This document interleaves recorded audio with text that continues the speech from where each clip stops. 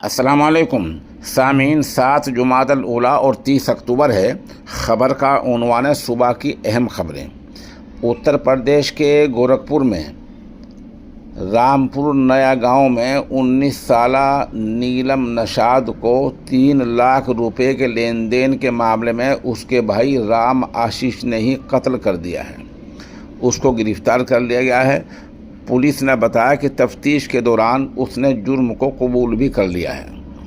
اور دارالحکومت دہلی سے خبر آئی ہے کہ شاہی امام سید احمد بخاری دامت برکاتہم کی اہلیہ کا آج انتقال ہو گیا ہے۔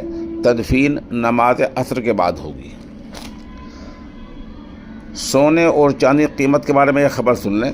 سونے کی قیمت آج 30 اکتوبر کو 1 گرام 12,241 روپے، چاندی کی قیمت 1 گرام کی 152 روپے۔ عالمی سطح کی خبر آئی ہے، امریکی صدر ٹرمپ اور چینی صدر جن پنگ کی 6 سال بعد جنوبی کوریا کے شہر بوسان میں ملاقات ہوئی ہے۔ ظاہر بات اس میں ٹریڈ ڈیل ہوگی۔ دراصل چین کے اندر جو خزانہ ہیں، جو کان کنی ہیں، جو دھات ہے، وہ ایسی دھات ہے جو ہوائی جہازوں میں، ریلوے میں، بہت سے ہتھیاروں میں استعمال ہوتی ہے، اور وہ وہاں دھات 70% بتائی گئی ہے۔ چین کا کہنا یہ ہے کہ اگر امریکہ بعد نہیں آتا ہے اور ٹیرف زیادہ لگاتا ہے تو اس دھات کی درآمد، اس کو وہاں بھیجنا مکمل بند کر دیا جائے گا۔ یہ مغربی ممالک ہیں، ان کے یہاں اقتصادیات کا شعبہ ہی سب کچھ ہوتا ہے۔ اسی معاملوں لے کر ملاقات شروع ہو چکی ہے۔ ابھی ملاقات کس حد تک نتیجہ خیز ہوگی یا اس کے کیا نتائج ہوں گے، کیا باتیں ہوں گی، وہ ابھی سامنے نہیں ہے۔ آپ ہمارے ساتھ بنے رہیں گے، انشاءاللہ ہم اس پر بھی روشنی ڈالیں گے۔ ادھر دہلی میں علامتی بارش کے نام پر جو سرکار نے چال چلی، کھیل کھیلا تھا، ڈرامہ کیا تھا، وہ پوری طرح ناکام ہو گیا ہے۔ سرکار کا کہنا یہ تھا کہ 29 اکتوبر کو ایسی علامتی زوردار بارش کرائیں گے کہ موسم بالکل صاف ہو جائے گا۔ چنانچہ سرکاری آدیش پر ہوائی جہاز نے IIT کانپور اور کی ہوائی پٹی اور میرٹھ کی ہوائی پٹی سے اڑان بھری۔ ان ہوائی جہازوں نے کھیکڑا، براڑی، کرول باغ، میور وہار، صادق پور اور بھوجپور جیسے علاقوں میں علامتی بارش کی اوپر سے پانی برسایا، لیکن موسم صاف نہیں ہوا۔ یہ پوری طرح ناکام ہو گیا ہے۔ اب سرکاری اہلکار چپ بیٹھ گئے ہیں، اب کوئی وضاحتی بیان بھی جاری نہیں کر رہے ہیں۔ ادھر غزہ میں کل سب تک 104 فلسطینیوں کی موت ہو چکی ہے۔ اسرائیل نے حملہ کیا ہے۔ اسرائیل نے الزام یہ لگایا کہ حماس نے اسرائیلی فوج پر حملہ کیا ہے، جبکہ حماس نے اس الزام نے انکار کیا ہے۔ جو بیچ کے ممالک ہیں ان میں سے بتایا جا رہا ہے کہ قطر کا یہ بیان آیا کہ غزہ کی طرف سے غلطی ہوئی ہے، لیکن غلطی کی نوعیت کیا ہے، یا حماس نے حملہ کیا، کسی اور نے حملہ کیا، یہ کچھ پتہ نہیں چل رہا ہے۔ بہرحال کل سب تک 24 گھنٹے میں 104 فلسطینی شہید ہو چکے ہیں۔ ادھر جمعیت العلماء کی ایک اہم خبر ہے۔ مدرسہ فخر الاسلام شیر نگر مظفر نگر میں منعقد جمعیت کے اجلاس میں تحصیل کا انتخاب عمل میں آیا، جس میں مولانا ارشد قاسمی مدرسہ تحفیظ قرآن نصیر پور کو صدر اور قاری توحید عزیز مدرسہ کوٹیسرا کو جنرل سیکریٹری منتخب کیا گیا ہے۔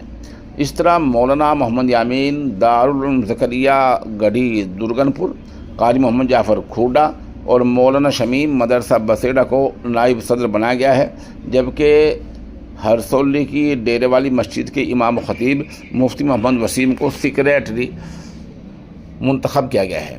اس پروگرام کی صدارت مولانا ڈاکٹر جمال الدین قاسمی اور نظامت مفتی محمد عادل قاسمی نے کی ہے۔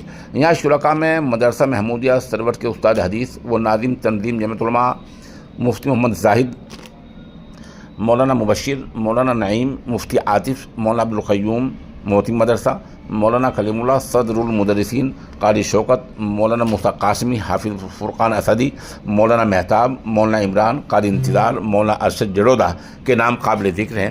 موقع کی تصاویر اور ویڈیو بھی آپ دیکھ سکتے ہیں۔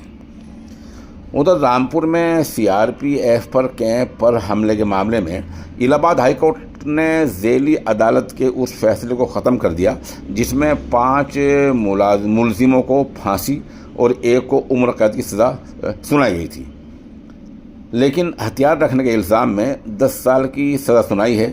یہ ملزم پہلے ہی 10 سال جیل میں گزار چکے ہیں۔ یہ فیصلہ ہائی کورٹ نے 8 مہینے پہلے تقریباً محفوظ رکھ لیا تھا۔ ان ملزموں میں عمران شہزاد، محمد فاروق، صباح الدین اور محمد شریف وغیرہ شامل ہیں۔ یہ مقدمہ جمعیت علماء حضرت مولانا ارشد مدنی نے لڑا ہے، انہیں قانونی امداد فراہم کی ہے اور کوشش کامیاب ہوئی ہے۔ اب حضرت والا اور ان کی جمعیت علماء سے بہت ہی مؤدبانہ درخواست ہے کہ وہ مقدمے کی جو انہوں نے ریٹ پٹیشن ڈال بھی رکھی ہے، جس میں یہ کہا گیا ہے کہ جو ذیلی پولیس والے، نیچے کے تھانے والے، کوتوال، ڈی ایس پی وغیرہ، ایس پی وغیرہ، جو اس طرح کی شروع میں غلط دھرائیں لگاتے ہیں، غلط طریقے سے گرفتار کر کے جیل میں ڈال دیتے ہیں، بعد میں رہا ہو جاتے ہیں، ان کے خلاف ایکشن لیں۔ اور جو آپ نے جمعیت علماء نے جو ریٹ عدالت میں پہلے سے ڈال رکھی ہے، کوئی ایسا طریقہ کار طے کریں، لاہ عمل تیار کریں، جس سے کہ یہ معاملہ آگے بڑھ جائے اور ان افسروں کو باضابطہ جواب دہ بنایا جا سکے جو اس طرح سرکار کی ایما پر اس طرح غلط طریقے سے لوگوں کو پھنسا دیتے ہیں۔